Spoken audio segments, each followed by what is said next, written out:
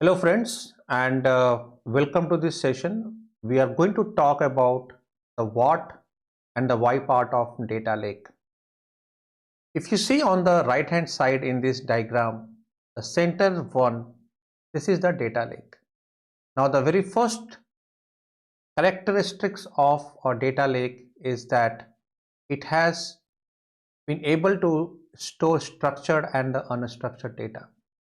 So your question would be is that what exactly is the structure and the unstructured data? See, structured has a very hard, well-defined schema. How do we define the schema? Which has got the name, the type, size. These are the things that you need for any data to be stored and understand its behavior. Now, a strong schema data is something which is, for example, DBMS, where you know that these are the 5 fields which are going to be there. So 1, 2, 3, 4 and 5, and the way they are stored as column and then as a row. So it becomes very easy for you to execute the SQL query on top of it, and that's why we call it as a structured data. So DBMS data, it's a very good example of the structured data. Second thing is the unstructured data. Now the thing is that why even data lake store this kind of unstructured data. There are a lot of new advanced use cases that started coming up. One very good example is the call center log analytics. So what it does is that whatever the conversations are there with the customer, there are the audio files. Now these audio files, you need some place to store it. So once this is stored, then using the transcribe, you convert this audio into the text. And from this text, you can do the sentiment analysis. But then audio, can you do a SQL query on the audio? You can't do it. To know any information about this audio, what you have to do is you have to get the meta information of this audio, which includes things like date and time when this audio was recorded, the size of the audio, the format of the audio, even the customer name, customer detail, who's recording is this. So those kind of detail you can store, which we call it as a meta information, and those are the detail which are structured, and you can run a SQL query on top of that. But if you talk about the audio, which is a MP3 file, or a video which is MP4, or an image which could be JPEG or PNG or any such thing, there is no way that you can be able to do any kind of query execution on top of that, and that's why they are called it as a unstructured. In between the structured and unstructured, there is a third type also, which we call it as a semi-structured. With the advent of data structure like JSON and YAML, now how do you store any JSON document or a YAML document? So JSON, if you see, you have this employee, then you have the string or something, then you have the designation, then we have department, then you have address. Now address, again there is a curly braces and like this. So now you can figure it out very clearly that if you have to execute a query and find out the list of all the employee which belongs to a certain division like finance or HR, you cannot execute a typical SQL query on this document. And that's the reason document database, they come into the picture. Same way, there are key pair value database, which we call it as NoSQL databases. They all come into the picture, and each of these databases has its own mechanism of doing the query, and which is not the strongly typed SQL language. And that's why we call it as a semi-structured data. Second thing about data lake is that it stores open source file formats. And this is another very important concept, that what is open source file format. From the beginning, you are using text files, you are using CSV, you are using XML, all these different kind of file formats we are using. But nowadays, with the big data where you have petabyte and terabyte of data, if you have to do the processing, it requires a different mechanism. And for that, there are certain examples like Parquet, ORC. Now, both of them, they are columnar format. What is columnar format?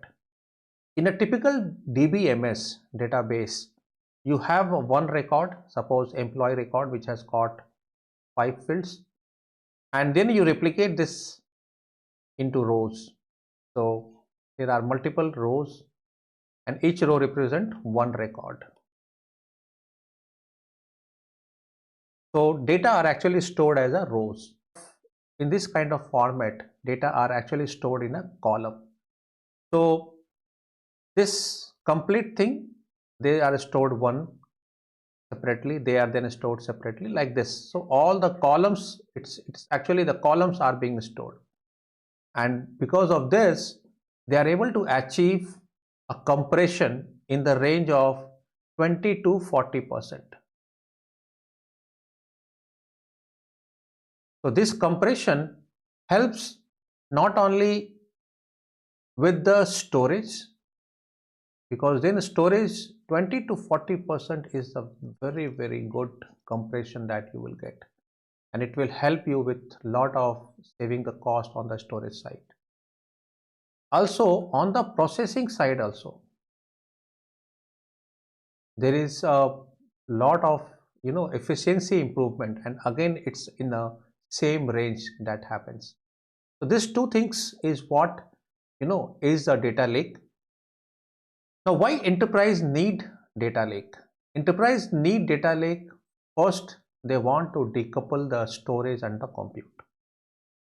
So in a normal DBMS, when data are in the range of gigabyte, at most 1 terabyte, not more than that.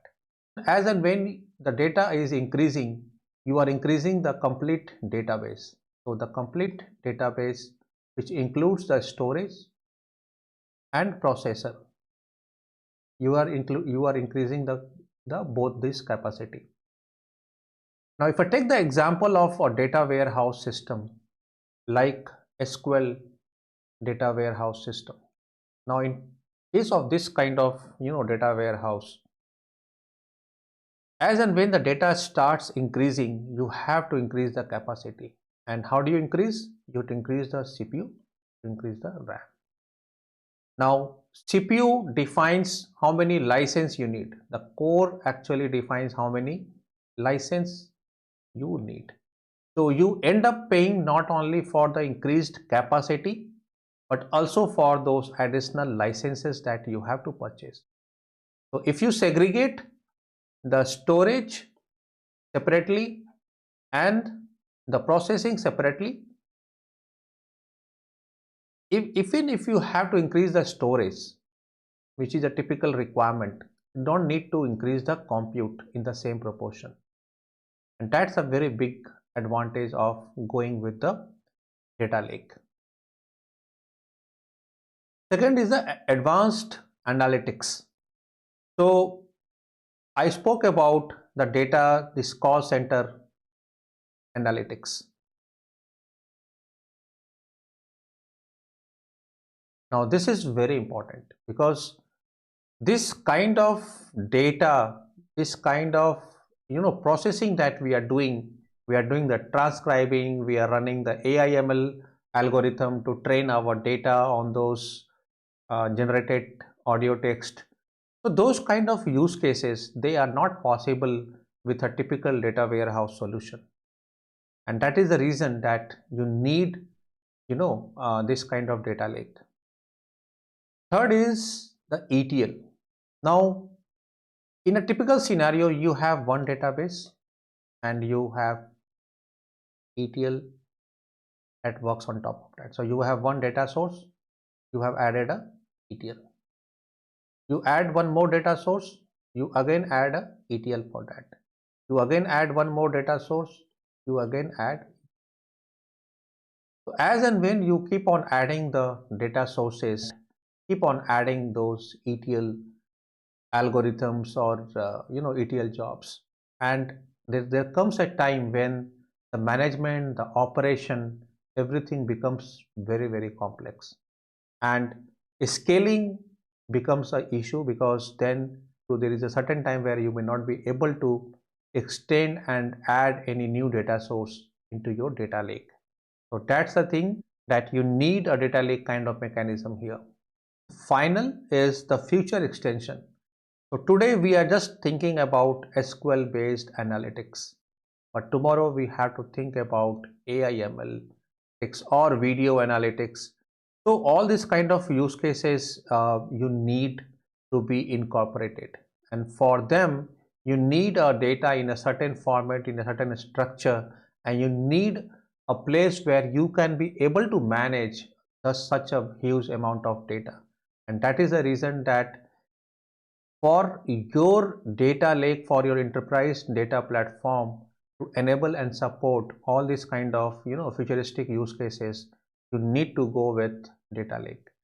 So said this, I think we are good for this session, and see you soon for our next session, where we'll be talking about the evolution of the data lake and how data lake has emerged over a period of time.